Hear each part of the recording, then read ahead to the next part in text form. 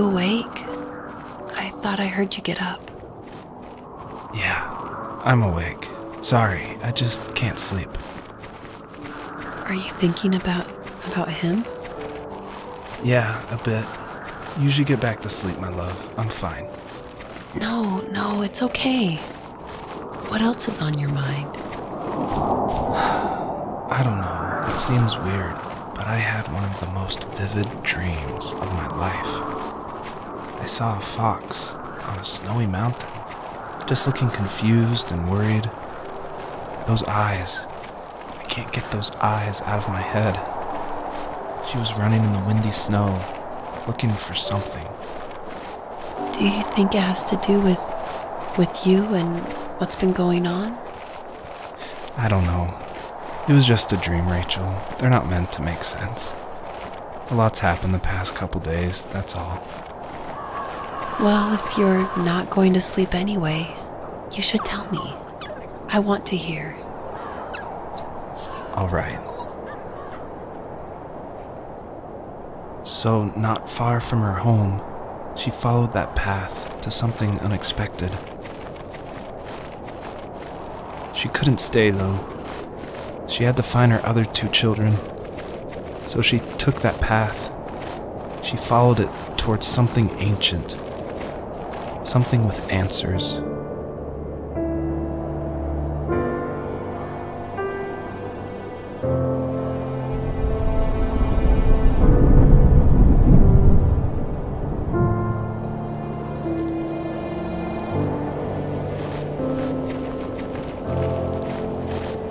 The fox looked high and low, searching for any sign of her cubs. Points of light showed the way to this ancient tree. It was as if each one had a story to tell, all their own. The land was trying to tell my story, too. I felt like I was right behind her the whole time.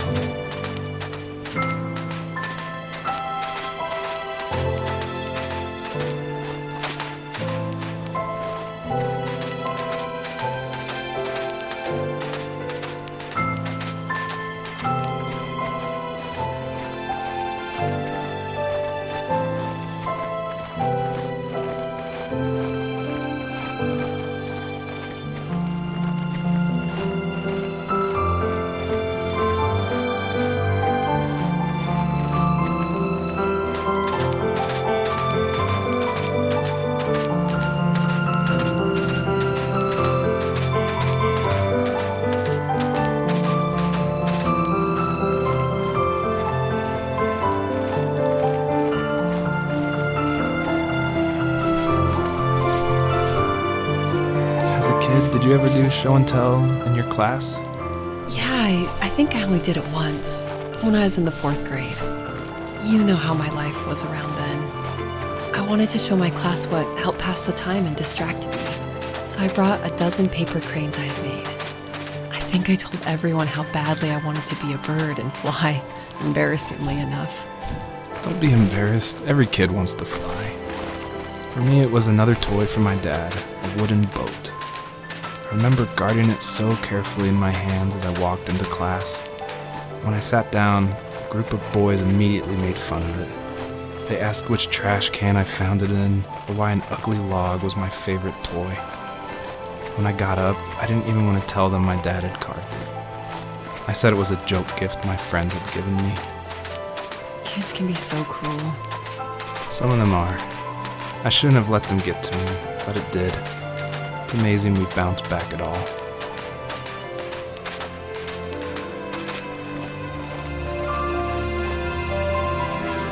Do you remember what my dad did for a living? Wasn't he like a lumberjack? That's one way of putting it. If wood was a canvas, then a carving knife was his paintbrush. Even after working a 50-hour week, even after his hands were more splinters than skin, he would bring home the nicest piece of Alaskan weeping cedar and make me toys. That wooden train was the first toy I can remember, and I loved it. I just knew from a young age I was going to be a lumberjack, like my father.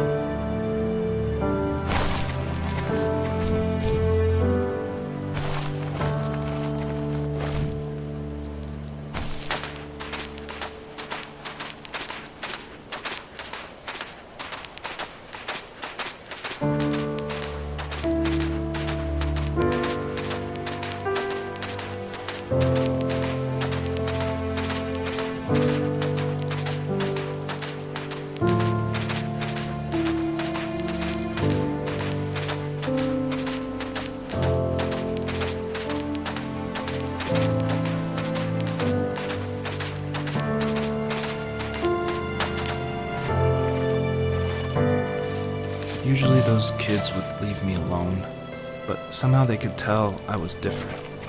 They made fun of how far away I lived. They called my dad a sourdough. I was a blabbermouth as a kid, telling my dad stories I made up for hours. But after that show and tell, I didn't tell him much anymore. He didn't know exactly what was wrong, but his best guess was that the toys he carved weren't cool enough. He carved me a tank and tried to tell me what it was like to be in a real tank as a serviceman. I didn't know your dad was in the military. Yeah, in the army. The sad thing is that I'd pretty much forgotten until just now. There's so much I still don't know about him. I'm sorry. He knows how much you love him. You're going to see him again soon and have some closure, I'm sure.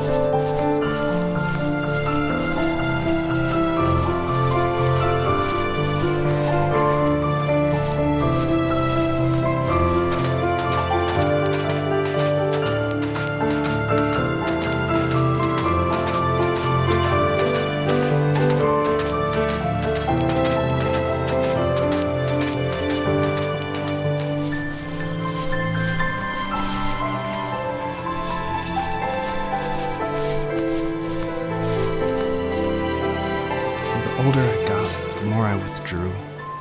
I asked myself, why talk to anybody anyway? Why bother when I'm happy by myself? I started drawing a lot, mostly animals I saw in the woods by my home. I then imagined designing my own hideouts with things like TVs and pantries full of chips and cookies. I think that idea of leaving home and drawing blueprints started my career. I found a lot of solace in that. I'm not surprised, but I did the same thing, you know? There's something special about having a place to call your own. And now look at us. Well, if you count renting in an overpriced city. It's as close as we can get for now.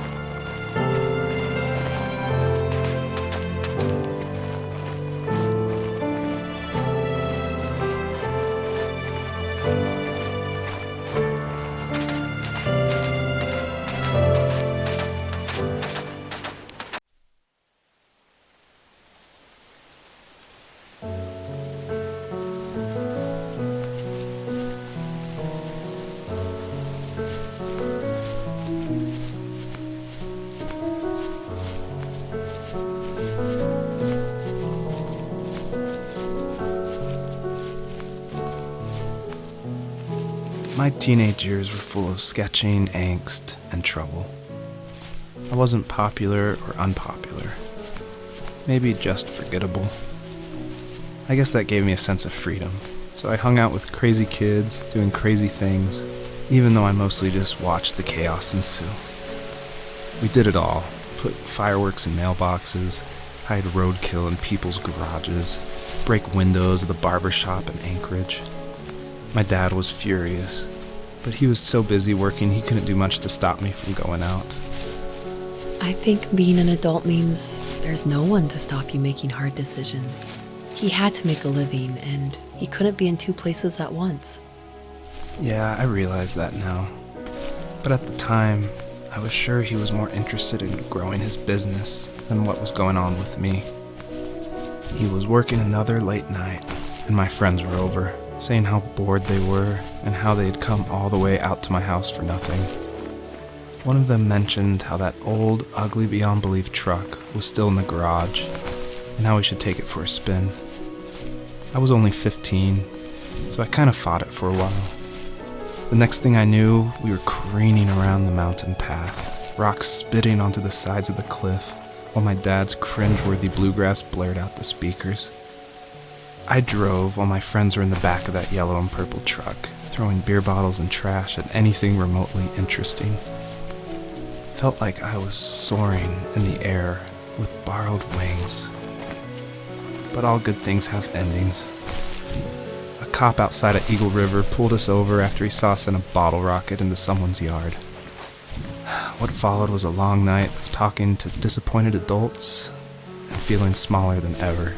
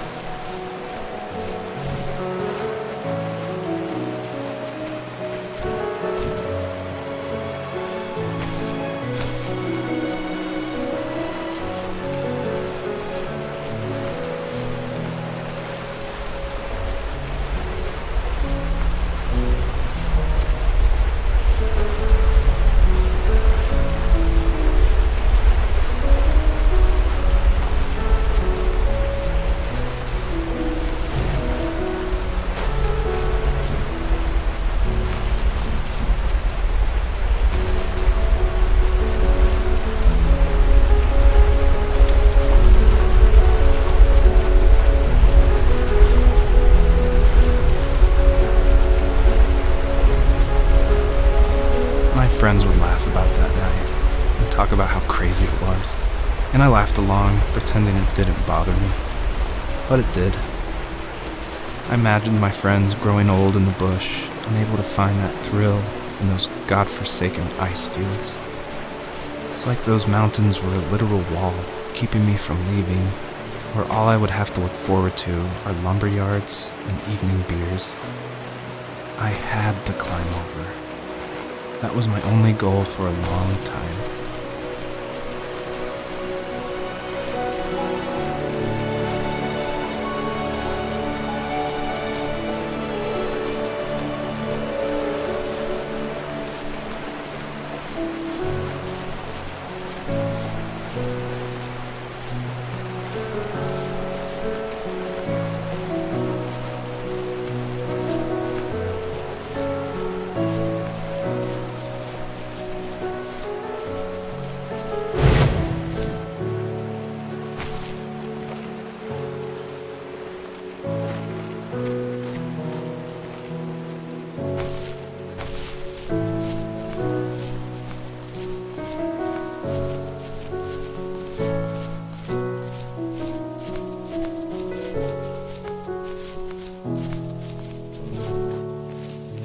If there was some way I could take my love of drawing and turn it into a way of escape, nothing would make me happier. I wanted to create instead of tearing trees down. I wanted to move to the lower 48, not because I hated it there in Alaska, but I hated the idea of it. It's like all of that spite inside me had created this monster which followed me around my whole teenage years. I put so much energy into doing what others didn't expect of me. Why did I do that? There's one fact you're forgetting, though. If you didn't have that fire in you, we probably would have never met. You're absolutely right. Maybe the destination is all that matters in the end. But then why am I awake? Why am I seeing this fox go on her journey? And why can't I stop thinking about my dad?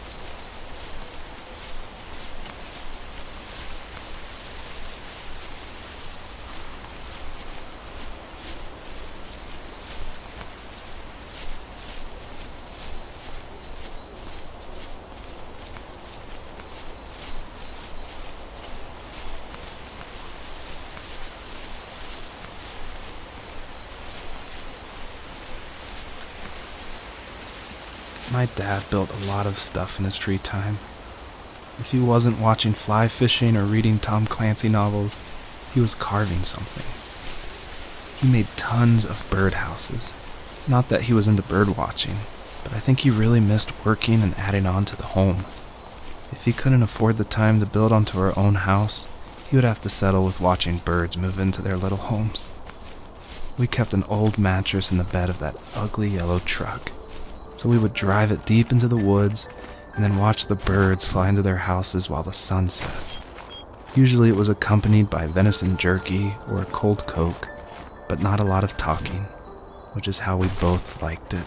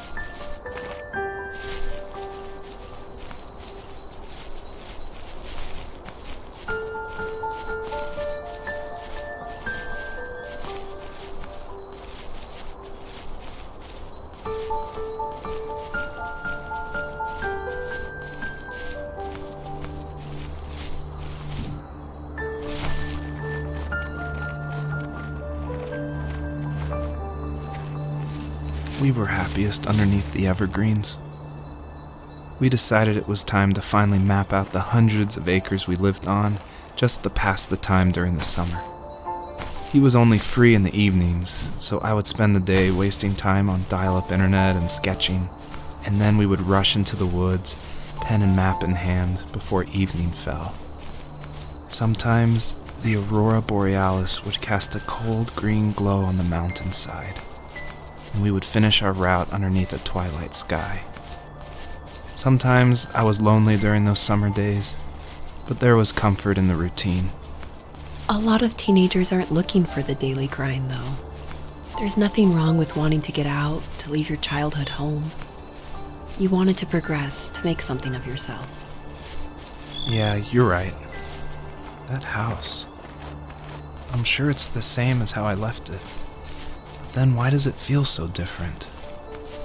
I doubt you're the only adult to have looked back and asked that question.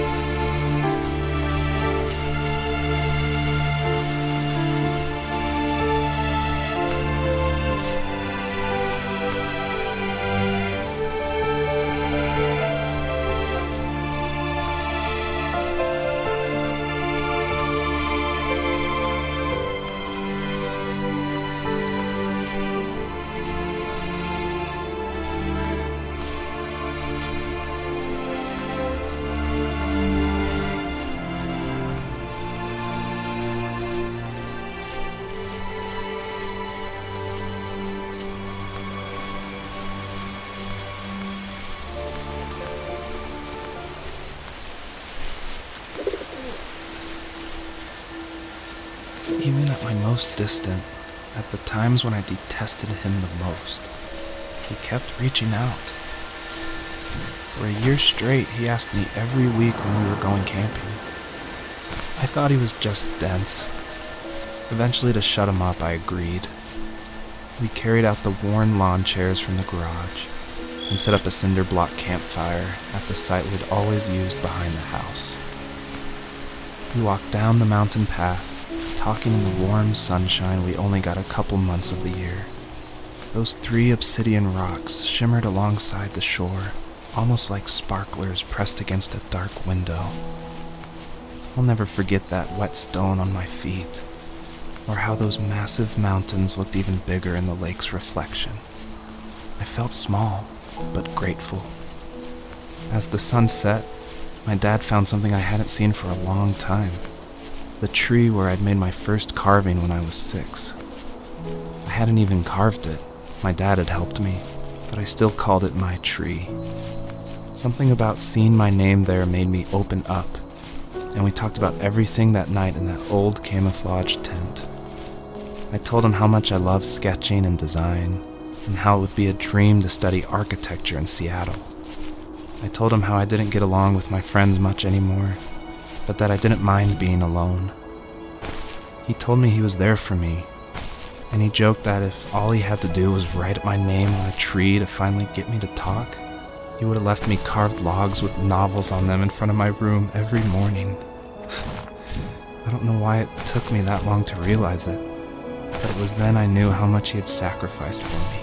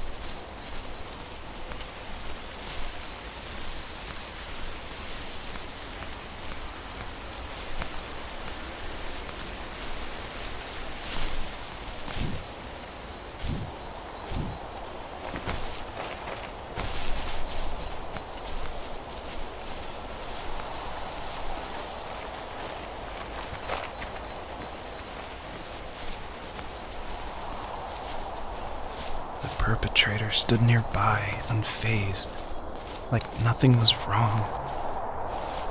My dad is dead, and he's never coming back, Rachel. I can tell you these stories, but I can never reminisce with him again. He can never hold a grandchild that we'll probably never be able to have. I can never talk to him again, and I'll never be able to say I'm sorry for everything.